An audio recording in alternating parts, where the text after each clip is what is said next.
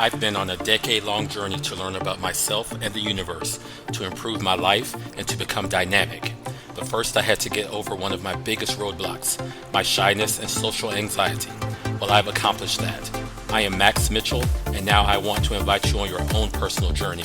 If you feel you're being crushed by your shyness and social anxiety, and you want to feel confident to finally release your voice, then listen closely and go on your own journey from shy to dynamic.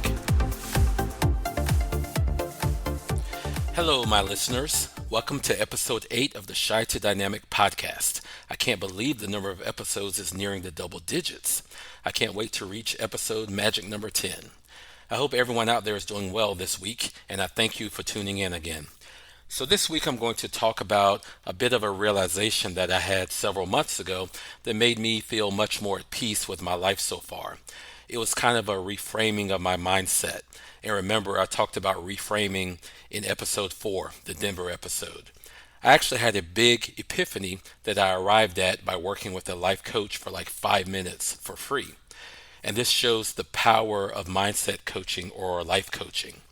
So this epiphany is kind of a strange thing to say, but you can be years younger if you want to be, in certain aspects of your life, that is. There are multiple parts of you. There's a social side. There's a professional side. There's your financial side. There's your physical or athletic side. There's your creative side. There's your emotional side. All of these sides of you are allowed to have different ages in your own mind.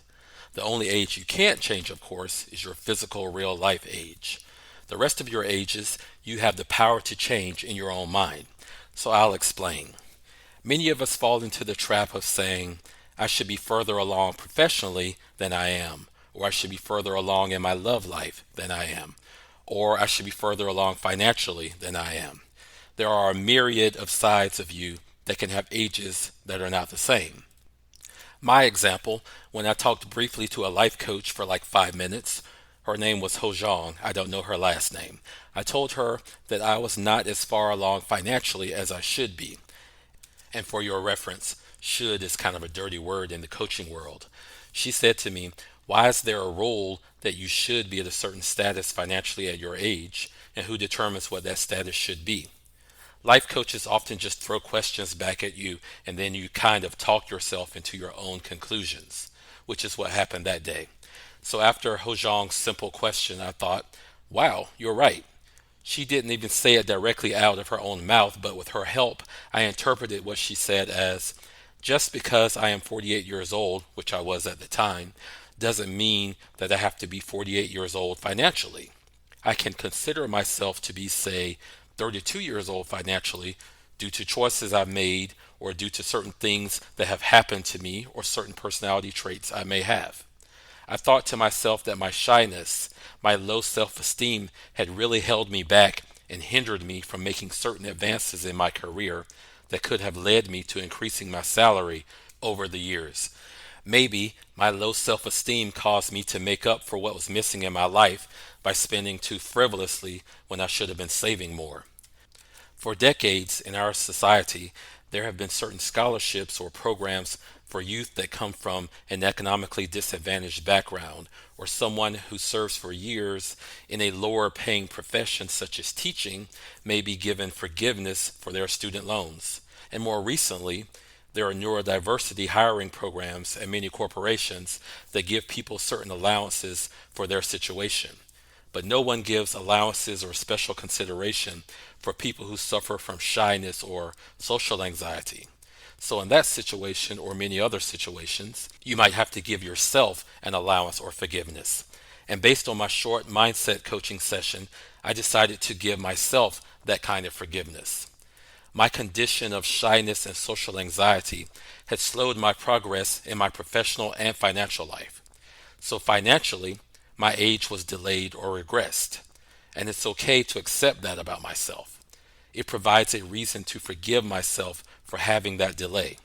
And once I forgive myself, I can then work diligently to figure out how to catch up to where I need to be financially. The previous mindset held me back because I continued to beat myself up for not being where I should have been. The new mindset, changing my financial age, allowed me to move on and work harder to improve myself. And there may be many ways that many of you out there could be delayed in your own life. You may be delayed in finding a life partner or spouse to spend your life with because maybe you had an emotionally abusive parent or prior boyfriend or girlfriend who brought down your self esteem, and you are just now recovering your self esteem and realizing that you are truly lovable and dateable. So you may say, I'm actually 42, but in terms of dating, I'm only 31. You can forgive yourself for allowing circumstances or things that have happened to you to hold you back. Of course, you will still be confronted by your actual physical age because, say, you're looking to start a family, you may have to accept your real age on some level. But if that's not important to you, then you can just say, it's okay. In my dating life, I'm 29 or so. Also, there may be some people who simply aren't interested in a middle aged person. But of course, just because you think that you're 29 in your mind doesn't mean that you have to date a real 29-year-old. You can date someone who is still appropriate for your age, but just don't let your own physical age deter you from having the kind of relationship or the kind of fun that a 29-year-old has if that's what you want. As long as the other person is aware of your mindset, of course. And that doesn't mean literally telling them that you think you're 29 because they might think you're crazy. But you would just tell them what you're looking for in a dating partner and the kind of relationship you're willing to have. As I mentioned before, in your professional life, shyness and self-esteem may hold you back, like it did in my case. Or maybe an illness held you back from building your career. Maybe discrimination of some type held you back. So you may need to regain those years and effectively live your life and your career as if you're younger. It's kind of like living in the matrix. Your life experience can be all in your mind and whatever you perceive it to be. And that perception slowly becomes your new reality. And again, there are some ways that you will have to confront the reality of your real physical age. If your career involves athletics, well, maybe there are restrictions on how much you can pretend that you're younger. But there are still ways that you can parlay that athleticism into something successful, even at an older age. But you have to work hard to figure out what your path going forward is. If you are 42 years old now and you missed your shot at being a pro basketball player, you probably can't just say you're 25 years old athletically and hope to become a professional basketball player. But if you want to be a famous professional actor at 42 years old, maybe you can. There are many actors who hit their stride later in life, such as Morgan Freeman, Samuel L. Jackson, Melissa McCarthy, Kathy Bates, Viola Davis, Bryan Cranston, Ken Jeong, Steve Carell, and the list goes on. They could have said, there's no need to keep auditioning for big roles because I'm getting too old, but they didn't. And now they have spectacular careers. The key now is to spend all your time obsessively figuring out how the heck you're going to get your delayed age to match your real age, if that is indeed what you desire to do. You're going to have to put in the hard work to get yourself to the point where you need to be. Do all the introspection and research and effort that it takes to get you there. I found a great quote from Daniel Chidiak in his book, Who Says You Can't, You Do, which is a book that I mentioned before. He says, coming to realizations about where you are in life due to past events, decisions you make now, and how it can affect what you create next is the greatest knowledge you can obtain. Amazing words, Daniel.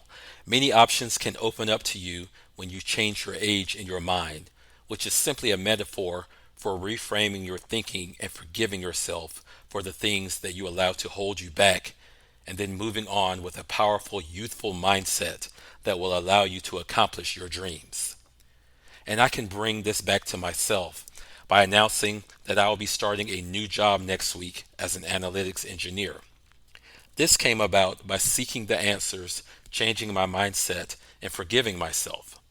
This all happened because I chose to participate in a coaching program to look for a new and better job. Or maybe the universe led me to participate in that coaching program. This program is honestly how I came to really learn what life coaching or mindset coaching really was. One of my first hang-ups when I joined this program was wondering, am I too old now to get back into the analytics and data science field that I really wanted to be in? I interviewed for 5 or 6 jobs, but I didn't really believe in myself and my ability to get those jobs. I believed that I was too old now to start over and that my skills that I learned were out of date and no one was going to hire me. Then at the end of last year, two things happened. The perfect role landed in my lap and I was asked to interview for it.